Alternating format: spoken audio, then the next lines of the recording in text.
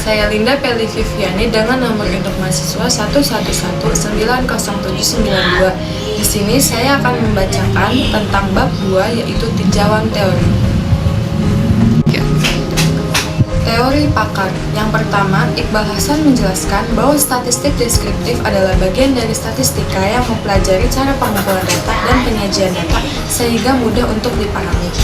Statistik deskriptif hanya berhubungan dengan hal menguraikan atau memberikan keterangan-keterangan mengenai suatu data atau keadaan. Dengan kata lain, statistika deskriptif berfungsi menerangkan keadaan, gejala, atau persoalan. Penarikan kesimpulan pada statistika deskriptif jika ada hanya ditujukan pada kumpulan data yang ada. Yang kedua, Bambang Suryoatmono menyatakan statistika deskriptif adalah statistika yang menggunakan data pada suatu kelompok untuk menjelaskan atau menarik kesimpulan mengenai kelompok itu saja.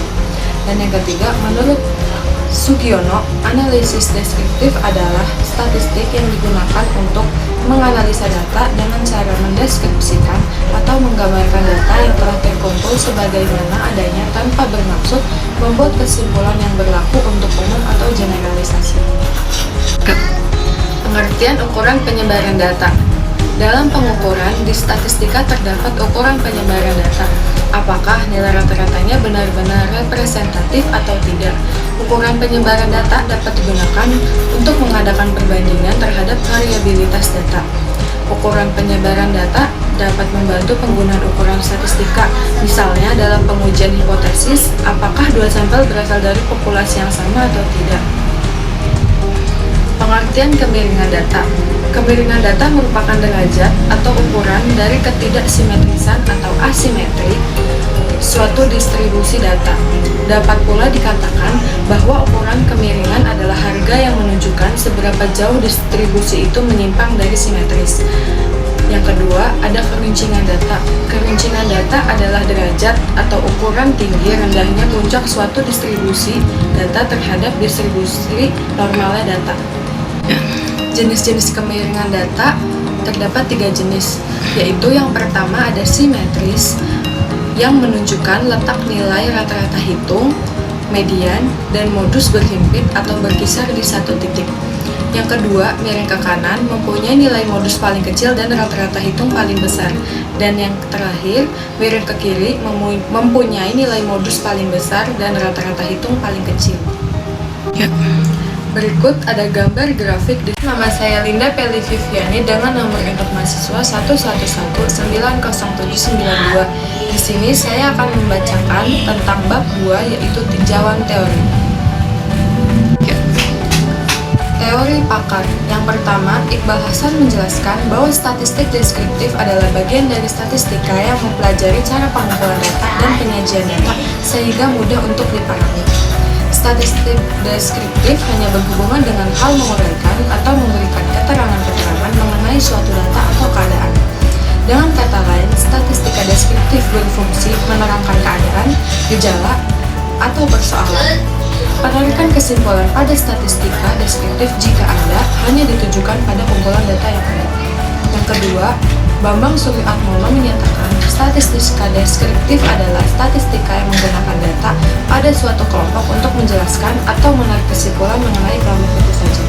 Dan yang ketiga, menurut Sugiono, analisis deskriptif adalah statistik yang digunakan untuk menganalisa data dengan cara mendeskripsikan atau menggambarkan data yang telah terkumpul sebagaimana adanya tanpa bermaksud membuat kesimpulan yang berlaku untuk umum atau generalisasi. Pengertian ukuran penyebaran data. Dalam pengukuran, di statistika terdapat ukuran penyebaran data.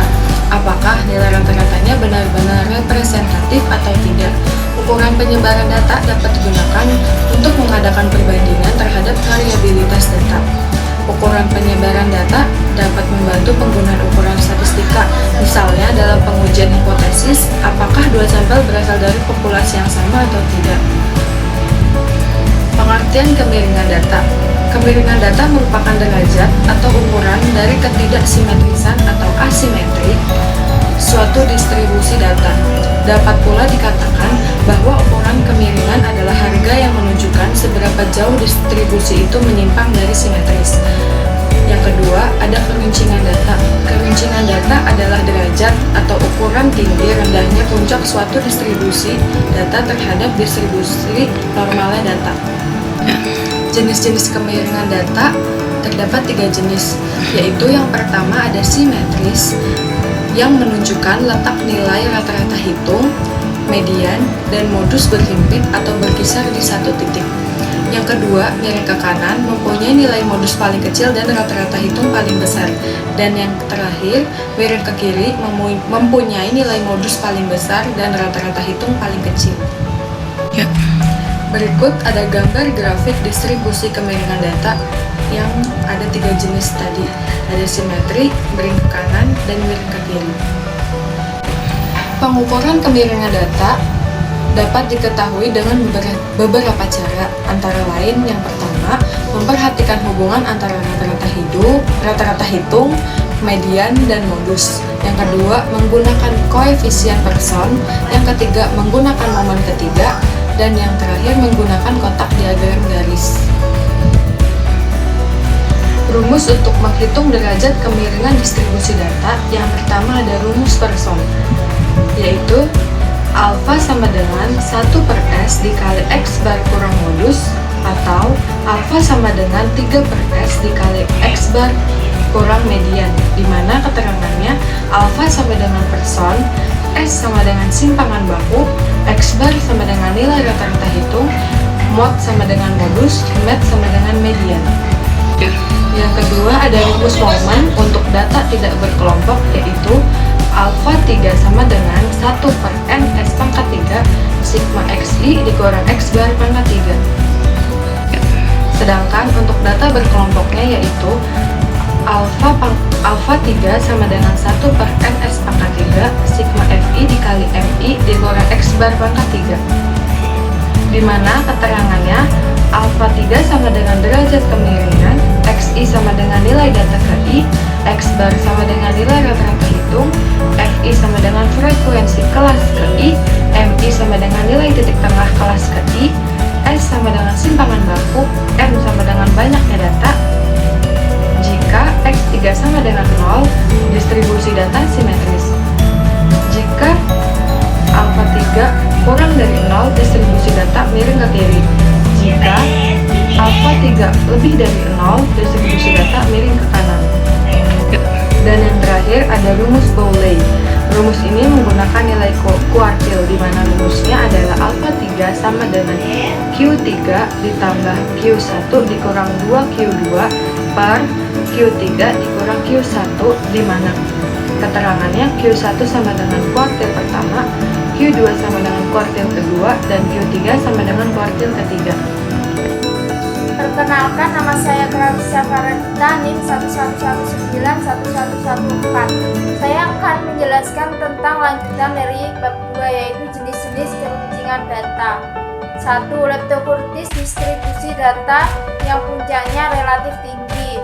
2. Mesokurtis distribusi data yang puncaknya normal. 3. Platykurtis distribusi data yang puncaknya terlalu rendah dan terlalu mendatar. Nah, ini ada contohnya juga. Leptokurtis modus sama dengan median sama dengan x. Mesokurtis modus sama dengan median sama dengan x. Platykurtis sama dengan median sama dengan modus sama dengan x. Rumus untuk menghitung derajat distribusi data alfa 4 sama dengan A, data tidak berkelompok. Alfa 4 sama dengan 1/n s pangkat 4 sigma x i min x bar pangkat 4. Contoh dari data tidak berkelompok. Diketahui data terurut sama dengan 2, 3, 3, 3, 6, 7, 8, 8. N sama dengan 8. Ditanya mencari derajat keruncungan dengan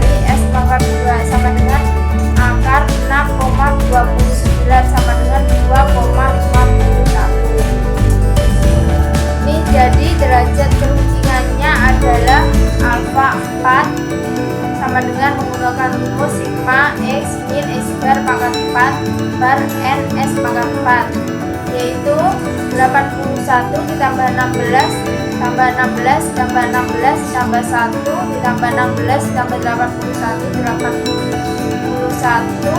per 317,530 sama dengan 308 per 317,530 sama dengan 0,9699. Karena alfa kurang dari 3, maka distribusi keruncingan data disebut Platy-Curtis.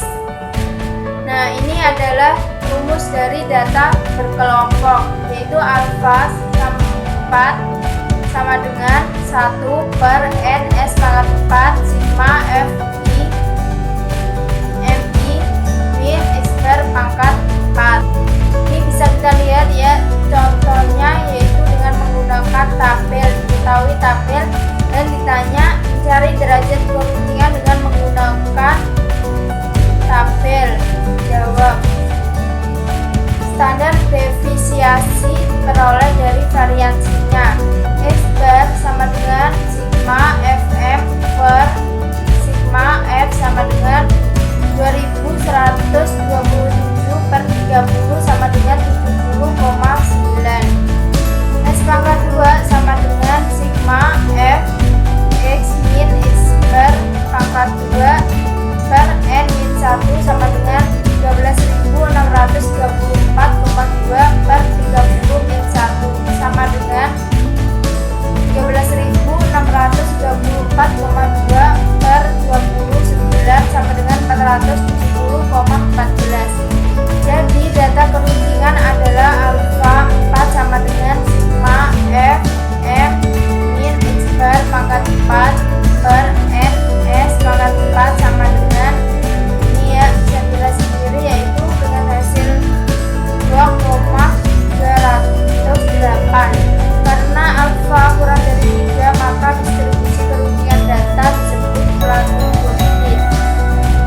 Keterangan alfa 4 sama dengan derajat keruncingan, xi sama dengan nilai data PI, x bar sama dengan nilai rata-rata hitung, fi sama dengan frekuensi kelas GI, fi sama dengan nilai titik tengah kelas GI, s sama dengan simpangan bambu, n sama dengan banyaknya data. Jika alfa 4 sama dengan 3, distribusi keruncingan data disebut Meso-Curtis. Alfa kurang dari 3, distribusi keruncingan data disebut Lepto-Curtis. Alfa 4 lebih dari 3, distribusi keruncingan data disebut Platy-Curtis. Metode penelitian. Metode penelitian yang digunakan dalam makalah ini adalah metode kuantitatif. Penelitian ini dikatakan kuantitatif karena hasil penelitian ini banyak menggunakan angka-angka.